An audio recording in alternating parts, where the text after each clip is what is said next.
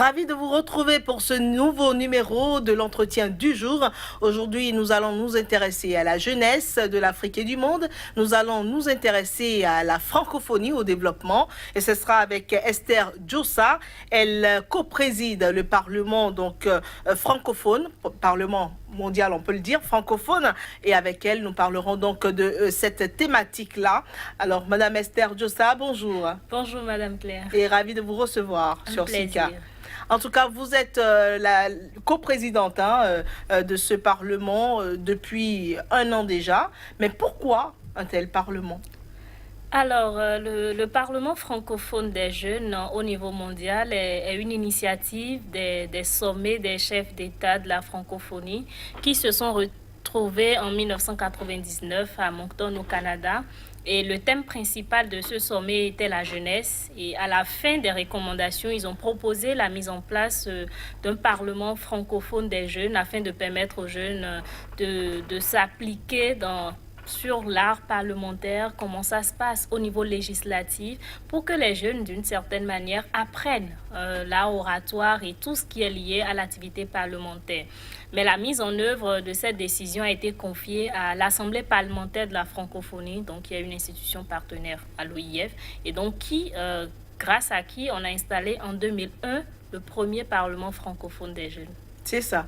Alors, du coup, on en est à la 9e édition. Oui, bientôt. Nous avons été élus à la 8e édition en 2017. Donc, en 2019, précisément en juillet, on aura la 9e édition.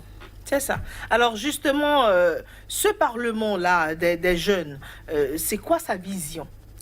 Alors, l'objectif principal du Parlement francophone des jeunes, c'est donner une éducation démocratique et parlementaire aux jeunes, donc permettre aux jeunes de savoir qu'est-ce que c'est que le Parlement, comment ça fonctionne, quel est le rôle du parlementaire dans la société et en tant que jeune, qu'est-ce que le jeune peut apporter à la démocratie, surtout en matière de solidarité, de liberté et tout ce qui va dans le sens des droits, du respect des droits de l'homme.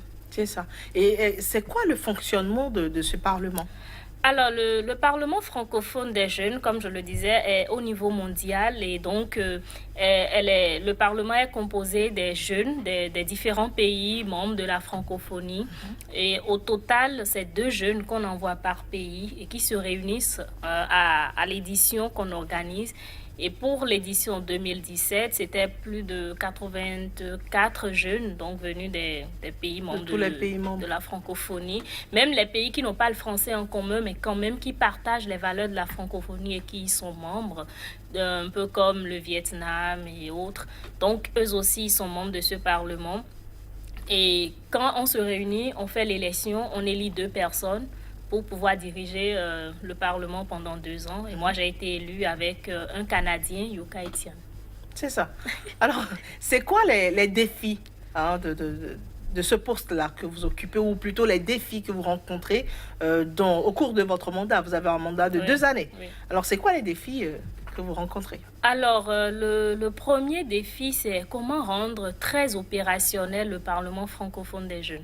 Comme je l'ai dit, c'est une initiative des chefs d'État. Ils ont pensé, ils l'ont mis en place, mais c'est aux jeunes, à nous-mêmes, de travailler à institutionnaliser le Parlement de sorte que le Parlement soit vraiment reconnu. En principe, l'idée a germé du haut. Ça aurait pu germer du bas dans le genre que tous les pays aient d'abord des parlements nationaux de jeunes qui envoient des membres au niveau du Parlement francophone des jeunes. Et donc, il y aura une relation entre le Parlement francophone des jeunes et les parlements nationaux de jeunes. Mais aujourd'hui, on n'en est pas encore là parce qu'en installant le Parlement francophone des jeunes aussi, c'était pour susciter beaucoup plus les États à installer les parlements nationaux de jeunes. D'une certaine manière, cela a pris parce que le Bénin a eu à installer son Parlement en 2014, si je ne me trompe. Il y a également la Guinée-Bissau, donc qui se prépare à installer son Parlement des jeunes. Le Sénégal également se prépare à installer son Parlement des jeunes. Du coup, le grand défi actuellement, c'est de travailler à répertorier tous les pays qui ont déjà des parlements nationaux de jeunes et de rester en contact avec eux. Le second défi également, c'est de travailler à la mise en place d'un Parlement des jeunes au niveau Afrique. Quand nous regardons un peu, l'Amérique a un Parlement des jeunes au niveau Amérique. l'Europe également. Donc, ils ont des simulations parlementaires une fois l'an, donc au niveau de leur continent. Mais en Afrique, ce n'est pas encore d'actualité. Et donc, les décisions prochaines du Parlement francophone des jeunes, parce que le Parlement se tient au même moment que l'Assemblée parlementaire de la francophonie, donc qui réunit les députés des pays. Et nous espérons, puisque cela aura lieu cette année en Côte d'Ivoire, donc, nous espérons pouvoir plaider pour que le Parlement francophone niveau Afrique commence par cette édition. Mais ça reste une doléance encore. En tout cas. Mais on en est à la 9e édition et depuis la naissance de ce Parlement-là, qu'est-ce qu'il a apporté? Qu'est-ce qui a changé? Comment est-ce qu'on peut quantifier ou plutôt évaluer la contribution de ce Parlement au développement des nations? Alors, je peux dire que ce Parlement a apporté beaucoup aux jeunes, dans la mesure où beaucoup de jeunes qui ont quand même participé à ces simulations parlementaires, par la suite, pour certains, se sont engagés en politique, ils ont vu leurs convictions, ils ont amélioré leurs convictions, ils sont députés aujourd'hui, certains, je peux citer au moins 2 ou 3, Quentin de la Suisse, et bien d'autres quand même, qui sont rentrés en politique, qui sont aujourd'hui députés. Donc, ils sont partis du Parlement francophone des jeunes pour devenir aujourd'hui députés élus de leur pays. En dehors de ça, le Parlement des jeunes a permis aussi à d'autres jeunes de conforter leur position dans la défense aux côtés de la société civile. Et donc aujourd'hui, ils sont très engagés sur tous les fronts. Ils ont des initiatives pour la protection des droits de l'homme et surtout pour aider le peuple à savoir le rôle que doit jouer le député et comment faire pour lui demander des comptes. Également, grâce au Parlement, d'autres également ont amélioré leur engagement en politique, mais pas forcément pour devenir député. D'autres sont devenus maires, d'autres sont devenus conseillers communaux, mais c'est beaucoup plus, cet impact se retrouve beaucoup plus dans les pays du Nord, un peu comme la Suisse, la Belgique, la France. En Afrique, il faut dire que les jeunes essaient, tant bien que mal, à l'issue de leur expérience au Parlement francophone des jeunes, de s'améliorer, de travailler peut-être, d'entrer peut-être en politique ou sur l'arène de la société civile, mais ce n'est pas encore tout à fait ça. De toutes les manières, depuis que ce Parlement existe, si je ne me trompe, je dois être la 2e africaine et la seule béninoise à occuper le poste de coporte-parole. Alors, mon prédécesseur aussi, c'est un Ivoirien. Donc, aujourd'hui, après le Parlement francophone des jeunes, il a été le coordonnateur de toutes les plateformes des réseaux de jeunes de la francophonie. Donc, je dis toutes les associations qui doivent entrer en contact avec la francophonie. On a une plateforme et c'est lui qui en est le président, donc le coordonnateur. Et aujourd'hui, il fait ses preuves à côté du PNUD grâce à un projet des Nations Unies. Donc, d'une certaine façon, c'est une école. Ça apporte énormément. Beaucoup. Ouais, c'est une école, ça vous forme et ça vous aide surtout à vous conforter dans vos positions, à savoir ce que vous voulez. Parce qu'au Parlement, ça se discute beaucoup. Comme nos parlementaires ici, on échange sur des sujets très pertinents, on adopte des résolutions qui sont ensuite adoptées par les députés en session aussi au niveau de l'Assemblée parlementaire de la francophonie. C'est ça. Il y a aussi le volontariat. Je ne sais pas si au niveau du Parlement, vous encouragez, vous parlez beaucoup du volontariat, qui est aussi une valeur à promouvoir au sein de la jeunesse pour savoir contribuer d'accord, au développement social et à tous les niveaux de son pays. Absolument. Je crois pour l'édition 2017, nous sommes répartis en commissions, un peu comme à l'Assemblée nationale, à la différence que nous avons 4 commissions, politique, éducation, affaires sociales et puis numériques. Et donc, au niveau de nos commissions, nous débattons sur différents thèmes et je crois que ce thème a été aussi le thème d'une des commissions qui a même débouché sur une résolution où on demandait à la francophonie de travailler à la réduction des difficultés d'accès aux frontières, donc de réduire les procédures de visa pour permettre aux jeunes de faire du volontariat et surtout de quitter les pays du Sud pour les pays du Nord pour aller servir parce que c'est le contraire que nous observons généralement généralement.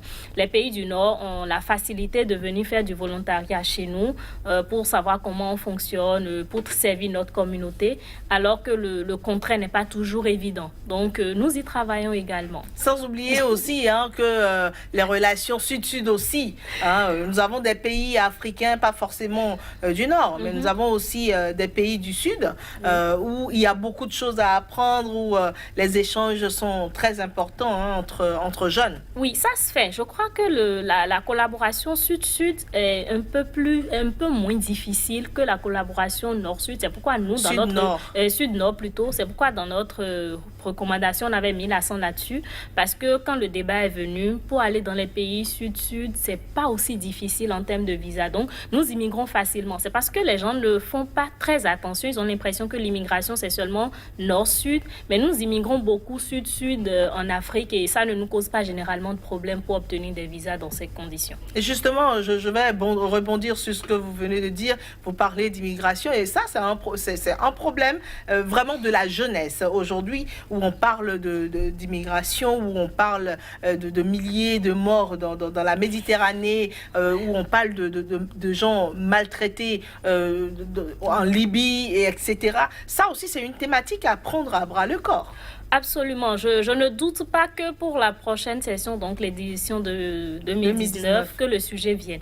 Je pense que le problème fondamental que nous avons, c'est la résorption du chômage. Mais ce que nous, jeunes, parfois, nous ne remarquons pas, c'est que le problème du chômage, c'est inhérent à tous les pays. Ce n'est pas qu'en Afrique. Absolument. Tous les pays ont ce problème, peut-être à des degrés divers. Et donc, même si vous immigrez, ce n'est pas forcément l'odyssée. Mais dans une certaine mesure, on les comprend, je les comprends, dans la mesure où quand vous êtes parfois dans un pays où vos dirigeants n'ont pas toujours souci de votre bien-être, la jeunesse n'est pas une priorité pour les dirigeants. Je comprends que les gens pensent que c'est l'immigration qui est la solution. Encore que là, je dis, ce n'est pas du tout la solution. C'est à nous, jeunes, de travailler ensemble à produire des conditions meilleures pour les générations à venir. L'espoir n'est pas du tout perdu. Je pense qu'aujourd'hui, la francophonie travaille beaucoup dans ce sens, en finançant des projets des jeunes dans leur pays pour les aider quand même à avoir le minimum. Quand vous avez quand même fait une formation ou appris un métier, vous avez la possibilité de soumettre des projets, par exemple sur Finance Ensemble, c'est un site de la francophonie qui vous permet quand même d'y mettre votre projet et que des contributeurs, des personnes que vous ne connaissez pas viennent financer pour dire oui, ce projet, je pense que c'est bon, je l'achète, je vous aide pour que vous puissiez réaliser votre projet. C'est ça. Alors, les chefs d'État ont initié ce parlement-là, mais est-ce que jusqu'à date, vous avez toujours leur soutien? Est-ce que vous avez la main libre pour fonctionner comme cela se doit?